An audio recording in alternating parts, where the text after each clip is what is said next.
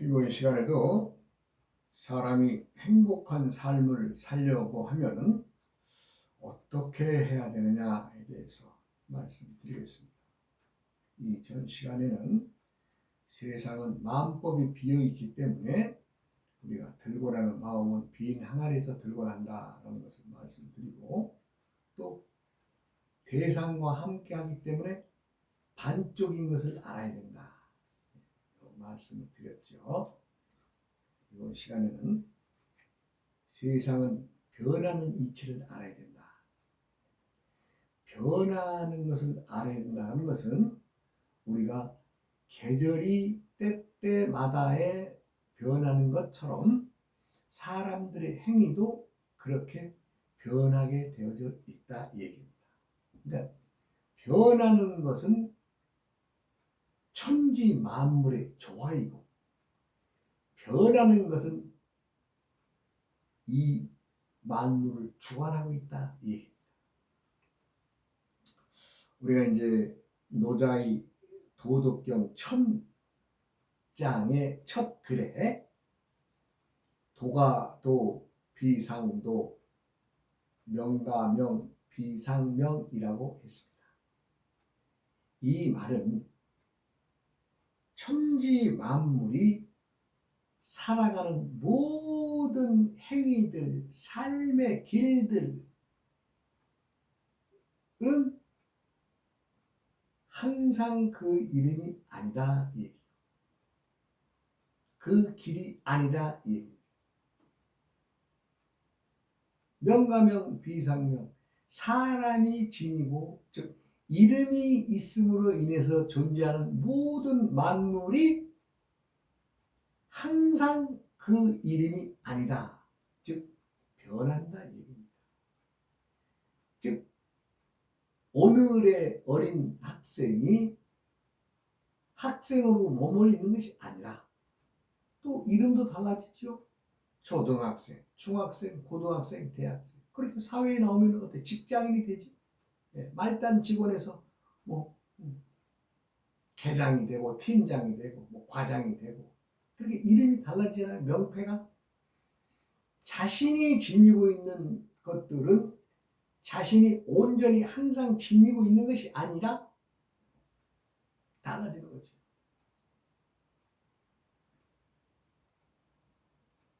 부부가 만나서 얘기할 때는 서로 여보, 당신 하면서 얘기하다가 금방 아이들이 엄마, 아빠 하면서 물어오면은 바로 그래 왜? 이렇게 하면서 또 부모가 자식을 대하는 행위를 하게 돼요. 또 내가 부모를 만나가면 부모님에게 또 어머님, 아버님 하면서 존대어를 쓰듯이, 그리고 그것이 정해진 것이 아니라 때때마다마다의 그 만나는 대상에 따라서 호칭이, 이름이 달라지고 그 살아가는 행위, 행태의 행동들, 모든 길들이 달라진다 이 얘기입니다. 여기서는 이제 노자가 말하는 도가 길이라 하지만 항상 그 길이 아니에요. 그 길이라는 뭐예요? 우리 사람들이 살아가는 모든 행위에 때때마다마다에 만나는 계절에 또 대응하는 모든 것들이 행위마다마다에 따라서 달라진다 이 얘기입니다. 간단하게 길만 달라진다? 아니죠. 삶의 자체의 길, 사람이 행동하는 길, 모든 것들이 다 달라진다 이 얘기입니다. 정한 바 없이 달라진다 이 얘기입니다. 불경에서도 그런 얘기했죠. 재행무상 재원무하. 부처님의 가장 위대한 말씀입니다. 재행무상, 일체 만물은 항상함이 없다. 일체 만물은 끊임없이 변화하기 때문에 무상, 항상함이 없다.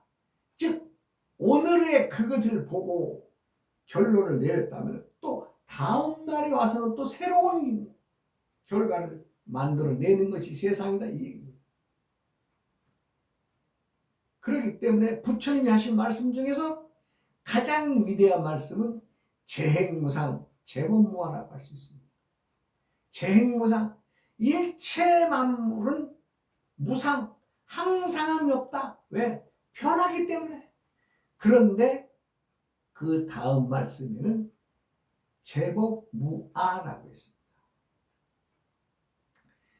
일체 만물이 끊임없이 무상하게 변하는데 일체 만물이 변하는데 무아, 시가 없더라. 즉 나라고 내세울 것이 없더라 이 얘기입니다. 시가 없다는 얘기 아주 이거 깊이 있는 얘기입니다.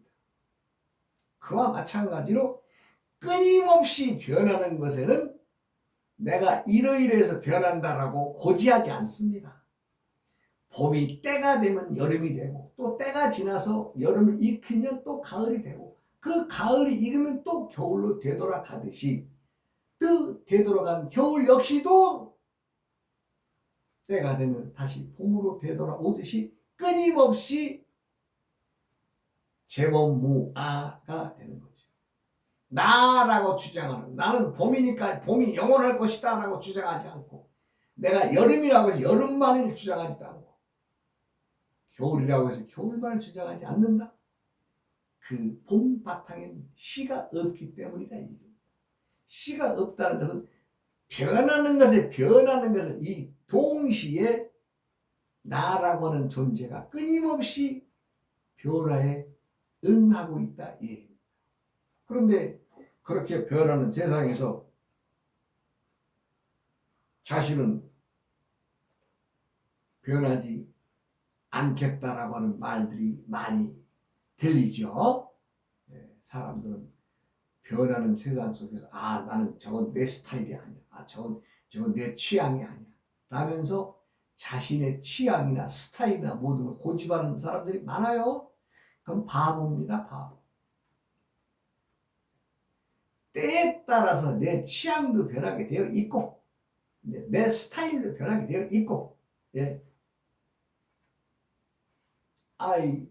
젊었을 때 나팔바지 입던 사람들이 또 쫄바지를 입을 수도 있고 변하는 세상이니까 롱 치마를 입던 시대가 숏커트 시대에 있고 짧은 치마를 입는 시대도 있고 이렇게 변하잖아요. 그 예전에 장발 스타일 누가 하라 그랬나요? 그래도 그때는 그게 히피족처럼 멋있어 보이니까 다들 장발 하려고는 그냥 경찰들은 그냥 그 바리깡 들고 다니면서 골목골목에서 갖다 밀어대던 시들이 있었잖아요. 그러한 것들이 때때마다마다의 변화에 응하는 것이고 변화가 또 어떻게 돼요? 지금은 누가 물론 취향에 따라 장발을 달고 다니는 사람도 더러더러 있습니다만 예전처럼 그렇게 큰 아주 그냥 물결처럼 그렇게 많은 젊은이들이 호응하지 않잖아요. 다 개성 있게 살잖아요. 왜? 그것은 변하는 세상에 따라가기 때문에 그렇습니다. 유괴 경전에도 궁죽통이라고 했습니다. 궁함은 무언가 통항이 되어 있는데 통하려면 통즉 변, 변즉 구라고 했습니다. 그건 뭐예요? 내가 뭔가 궁에 어려워. 내가 뭔가 어려움에 끼친 사람은 뭔가 통해야 되는데 통하려면 어떻게 돼요? 내가 변해야 돼요. 내가 변해야 되기 때문에 통즉변이라고 했습니다. 통하려면 변해야 돼. 바로 변해야 돼. 망설여서도 안 돼. 왜? 그러면 나에게 고통이 오니까 그 궁함 속에서 살아가야 되니까. 그래 통하는 것에 의해서 그것을 이어나가야 된다. 내가 나를 모르고 살아가는 것이 세상의 원칙입니다. 누가 내가 나를 안다고 감히 말하는 사람이 있어요? 말할 수도 없죠. 안다 모른다에 빠져서는 그 무지한 것입니다. 무지. 내가 뭘 안다 모른다. 무지한 겁니다. 그래서 사람들은 끊임없이 변하는 세상에서 내가 나를 모르고 살아가는 것이 원칙이니까 어떻게 돼요? 계절이 변화해, 나이가 한 살 더 먹음에 끊임없이 변화에 응해서 살아가야지. 내가 나이는 50 먹은 사람이 10대, 20대의 생각과 행동을 하고 살아간다면 사람들이 어떻게 보겠어요? 일부는 참 저 사람 참 젊은 어린 애기들처럼 살아간다라고 하는 사람도 일면 있겠습니다만은 많은 대다수의 사람들은 아이고 자식 저거 나이 50이나 먹어가지고 저런 짓거리 하고 있다고 한 소리 안 하겠어요? 나라고 누구라고 해서 달라지나요? 세상은 변해야 됩니다. 변하지 않고서는 세상을 감히 살아갈 수가 없는 거죠. 예전에 시골에 한 선비가 있었습니다. 나름대로 시골에서는 똑똑하고 공부도 많이 해서 나름대로 큰 배포를 가졌는데 이 배포를 가졌다고 해서 자기가 뭔가를 뜻을 피기 위해서는 그 시골이라고 하는 그 지역이 너무 협소하고 좁으니까 일단 이제 서울로 가자. 말하는 옛날에 한양이라 해서 한양으로 쫙 와가지고 이제 자기는 쉽게 이제 큰 대감을 만나서 자기의 그 포부를 드러내고 이렇게 저렇게 해서 대감님을 도우면서 자기도 함께 커나가야 되겠다 이런 생각으로 올라왔는데 아이고 어느 이제 유명한 대감님 집에 탁 들어가서 양반이니까 이리 오너라 그랬을 거 아니에요. 그 집에 문 지키는 그 집 문 지키는 사람까지 있을 정도로 아주 좀 지위가 높은 대감집이니까 청지기 문지기가 나와가지고 어떻게 오셨소? 그러니까 내가 대감 좀 뵙고 좀 이러저러 좀 말씀을 드리고 내가 좀 속 깊은 뜻을 담고 있는 것이 있으니 이걸 대감님하고 좀 상의해서 나라를 운영하는데 좀 도움이 되도록 해야 되겠네 하니까 대감님 만나면 좋겠네 그랬더니 그 문지기가 하는 말이 여보시오 당신 같은 사람은 하루에도 수도 없이 왔다 갔다 하는데 내가 그럴 때마다 다 대감님한테 그걸 다 일일이 그 사람들을 대감님 옆에다 내가 이런 사람이라고 얘기하면 나는 여기서 너 이 새끼야 일 똑바로 사람 가려서 드리지 않고 똑바로 일 안 한다고 나는 모가지 당했을 것이요. 그러니 썩 물러가시오. 이렇게 얘기를 하는 거죠. 그 집 문지기만 또 못한 신세가 되잖아요. 그래서 이 문지기 이제 이 선비가 궁죽통해야 되니까 뭔가 이게 통해야 되니까 이거 어떻게 해야 되나 그래서 생각하다가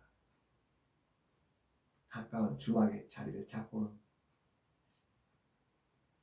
빗자루 하나 사가지고 새벽같이 가서 그 집 대문 앞을 싹 말하는 비 청소를 합니다.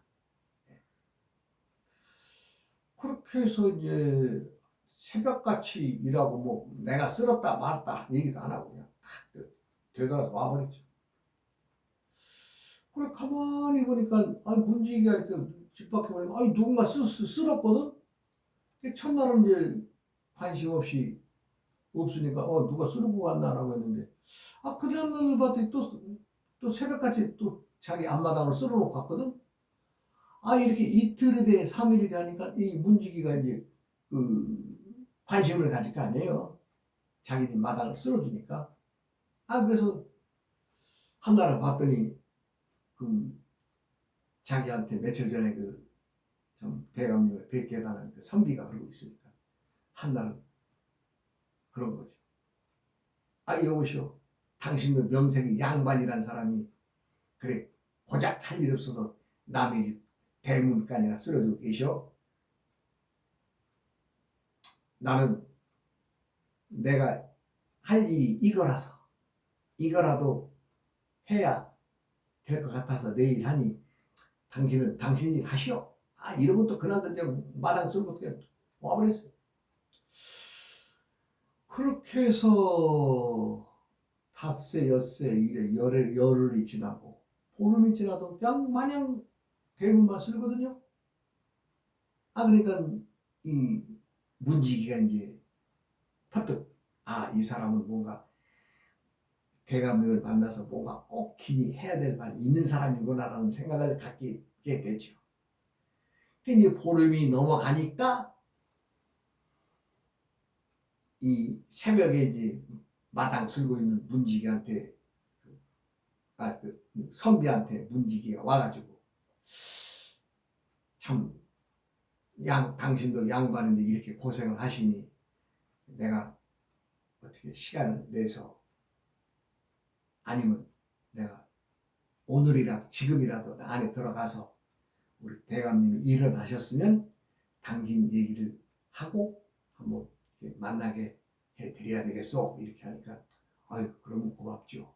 이렇게 해서 이제 그 문지기 안에 들어갔는데 그날따라 딱 대감이 일찌감치 나와서 이제 뒷짐지고 이제 담배대 짊어지고 뻐끔뻐끔하고 있습니다. 문지기가 가서 얘기를 하죠. 일전에 어느 선비가 와서 대감님을 뵙자고 했는데 뭐 자신이 좀 나라를 경영하는 큰 대감님에게 도움이 되는 말씀을 할 것이 있다고 했는데 그런 사람이 어찌 한둘이겠습니까? 그래서 내가 드리지를 않았는데 저분이 매일 우리 집 마당을 쓸어주는 것이 벌써 보름이 넘어갔습니다. 저렇게 좀 뜻이 있는 선비 같아서 내가 대감님한테 한번 뵙기를 청하는데 어떻게 좀 어떻습니까? 라고 물어보니까 가만히 대감이 얘기를 들어보니까 남의 집 문제를 보름 이상 이렇게 청소를 해준다는 것은 선비로서 보통 낮은 자세가 아닌데 그렇게 낮은 자세를 보인다는 것은 좀 쓸만한 사람이겠구나라는 생각이 들지요. 대감이 그러니까 그럼 들여보내라 이렇게 된 거죠. 그래서 이제 대감을 만나게 되죠. 대감을 만나니까 이 대감이 이제 선비한테 물어보죠. 당신이 나를 만나고자 하는 이유가 뭐요? 대감님이 들으신 대로입니다. 이러거든요. 자기가 뭘 들었어? 지금 처음 한마디 건네는데. 근데 그게 아니라 내가 이 문전을 쓸고 문지기한테 얘기한 말이 있는데 그 말이 문지기가 당신한테 대감님한테 얘기하지 않았습니까? 이것이 포함된 말 아니겠어요? 그러니까 가만히 공공히 생각하니까 문지기가 한 말을 쭉 들어보니까 뭔가 포부가 있어서 그러면 당신이 나에게 해야 할 말을 드러내 보시오. 이렇게 된 거죠. 드러내라고 하니까 그때에 이제 이 선비는 자신이 품고 있던 얘기를 조목조목 쫙 얘기를 하니까 잠깐만 여기서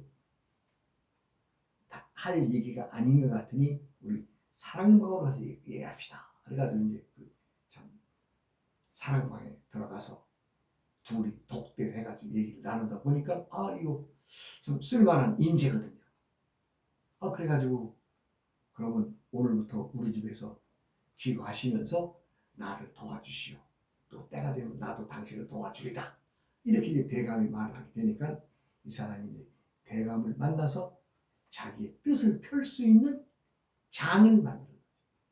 그래서 이분도 이제 나중에 참 정승 판서의 반열에까지 올랐다라고 하는데 이런 이 얘기가 있어서 말을 합니다. 이 얘기는 무엇이냐? 자기가 양반이라고 하는 입장에서 문지기에게 문전박대를 당했을 때에 되돌아서서 내가 지금 문지기 하나도 이길 수 없는 힘이 약한 존재라는 것을 인지하고 자신이 행위로서 빗자루 하나 사가지고 마당을 열심히 쓸었던 거 아니에요?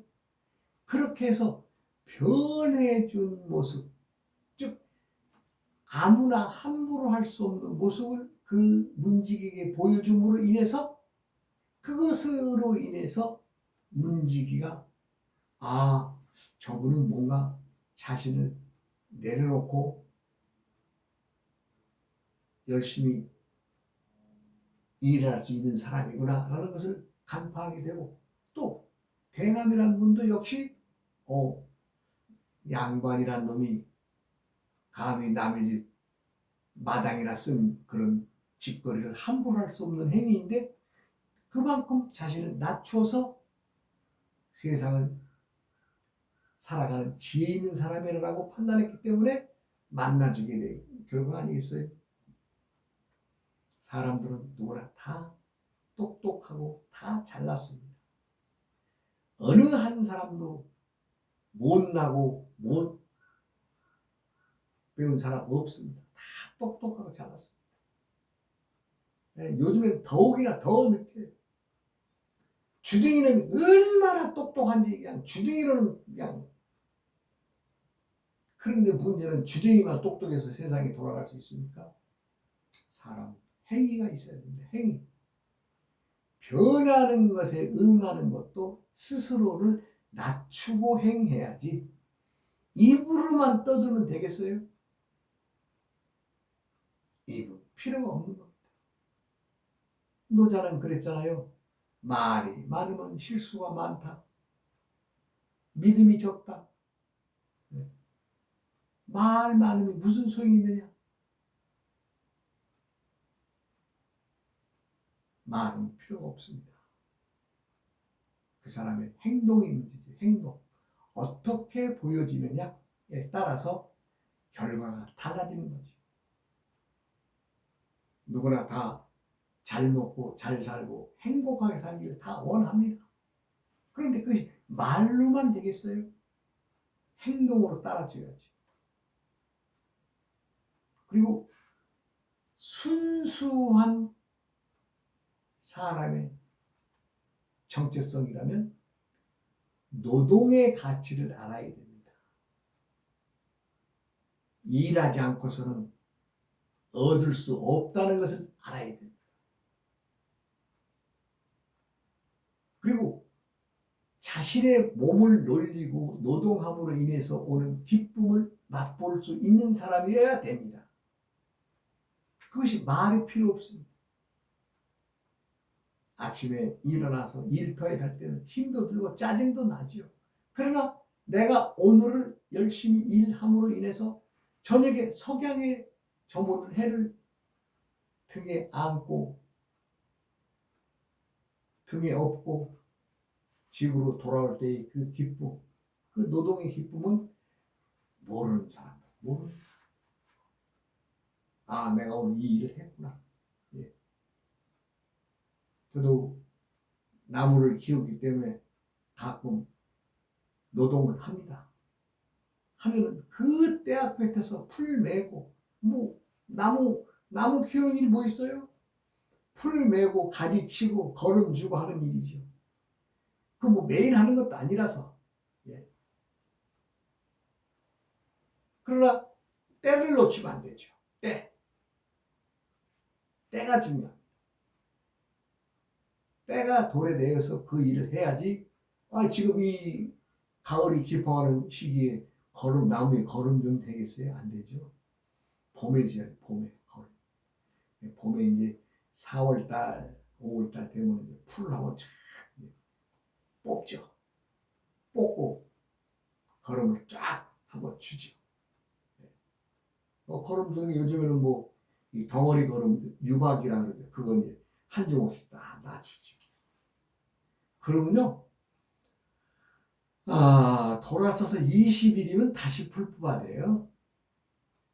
저는 이제 밭에 약을 안 치니까, 제초제나 이런 걸 안 치니까, 왜? 그 나무 자체가 약재의 나무로 키우고 있는데, 거기다가 그 풀나지 말라고 그런 약 주면 되겠어요? 전혀 안 주죠. 그럼 한 20일 지나면 풀이 자라요. 그럼 20일, 한 3주 정도면 또 가서 풀 뽑아야 돼요. 그래 이제 5월달 풀 뽑고 나면 6월달, 7월달 한 달 만에 다달이 가서 내려가서 이제 나무 밑에 가서 풀 두고 그렇게 하면은 오늘은 요만큼 하고 한 3일 정도 하면 편하게 하겠다라고 생각하지만 막상 내려가서 일하면 요거 3일 할 게 아니라 이틀에 해야 되겠다라고 욕심을 냈지요. 그러면 이제 어떻게 돼요? 아침 일찍 일어나서 가서 이제 열심히 하고 그래서 일을 막 열심히 해야 그 3일에 할 걸 이틀에 이제 딱 맞추고 이제 올라오죠. 그럴 때 그 기쁜 마음, 이놈들이 또 잘 자라주고 있구나. 이것이 그 노동의 그 결과, 예, 풀 뽑기 전과 뽑고 나서의 이 나무의 상태들은 달라요. 쫙 보면요, 풀이 있을 때는요, 풀이 없을 때 보는 것과 달라요. 그리고 이제 예초기로 뚝, 밭뚝 돌아가면서 전부 다 또 예초기를 쳐야 됩니다. 가끔 내가 직접 할 때도 있지만, 좀 누구한테 일당 주고 또 시키기도 하고, 그렇게 해서 일을 하죠. 사람들은 일하지 않고 먹으려고 하면 그건 잘못된 생각입니다. 누구라도 스스로 세상은 변하는데 변하는 이치를 알아서 때때마다에 그렇게 변해서 응해줘야 됩니다. 아니 내가 스님이라고 해서 나무한테 가서 야 나 스님이니까 너희들 좀 풀 좀 나지 말아라 야 이런다고 해서 풀이 안 나겠어요? 걔네들은 걔네들 하는 일대로 살아가는 거지. 그거 어떻게 돼요? 스님이 되었건 농부가 되었건 직장인이 되었건 그 나무를 상대하는 사람은 일꾼이 되어서 와서 풀을 뽑아주는 사람을 원하는 것이지. 야 나 변호사야 나 판사야 하면서 나무들한테 자랑해봐야 그 나무들이 알겠어요? 말 그대로 참 쇠기의 경이 이런 얘기죠. 말은 소용없어요. 몸으로 해야 됩니다. 세상은 철저하게 몸을 움직여서 해야 될 때는 아끼지 말고 해야지. 가끔 쓰레기통 주위에 쓰레기들이 떨어져 있는 것을 많이 봅니다. 그러면 때에 따라서는 주위에 쓰레기들을 해서 그 휴지통에 담죠. 왜? 사람들은 휴지통이 있으면 그 주위에만 던져버리고 가거든요. 그 안에 넣어야지. 그래 가끔 그런 일을 하고 나면 아유 자식들 좀 웬만큼 하면 좀 똑바로 좀 닦고 다니지 이러면서 이제 돌아서지만은 그래도 나름대로는 내가 청소했구나라는 것을 또 기쁜 마음에 받아들이고 내 스스로 참 대견한 일 했구나 이런 마음을 갖게 되는 거죠. 근데 청소하지 않고 말로 저 쓰레기 더러운데 저 누가 만든 이러고만 온다면은 돌아서는 그 마음도 찝찝하지 않겠어요? 깨끗한 것보다. 그래서 내가 이제 지금 세태에서는 사람들이 나 아니면은 나와 상관없는 일이면 말도 안 하려고 그러잖아요. 우리가 이제 상전이 벽해가 된다. 상전 벽해가 말했습니다. 지금 말하자면 얼마나 많은 변화가 있었으면 상전 뽕밭이 푸른 바다를 이루는 것처럼 변했겠느냐 해서 나온 말이 상전 벽해인데 실상 우리나라의 발전 과정을 보면 말 그대로 상전 벽해입니다. 아무것도 없고 논밭이 없고 예. 제가 어릴 때만 해도 서울 시내에 살면서도 보면 중간중간에 밭들이 많았었어요. 배추, 깨, 예, 요거 노는 시내에서 보지 못했습니다만 밭은 많이 봤습니다. 서울 시내에 살면서. 근데 지금 거기는요 흔적도 없어요. 흔적도 없어. 흔적도 없어. 흔적도 없어요.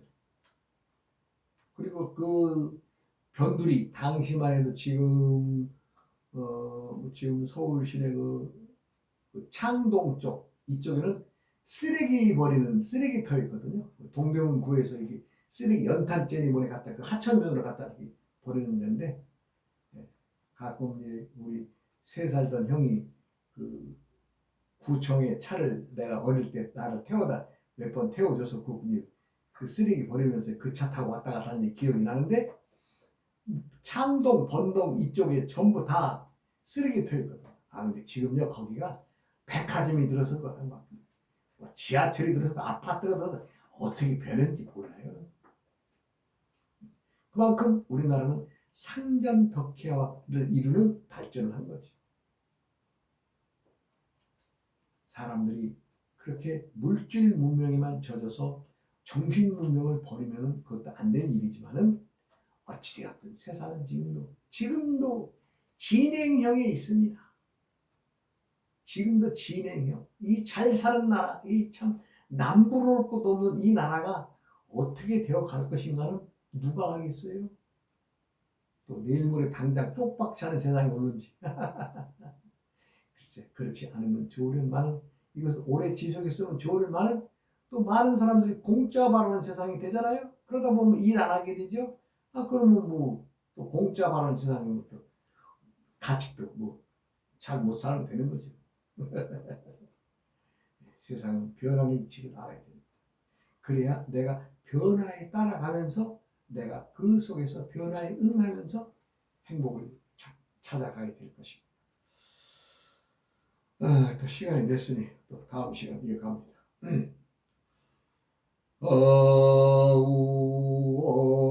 어우어이 우이야 우이야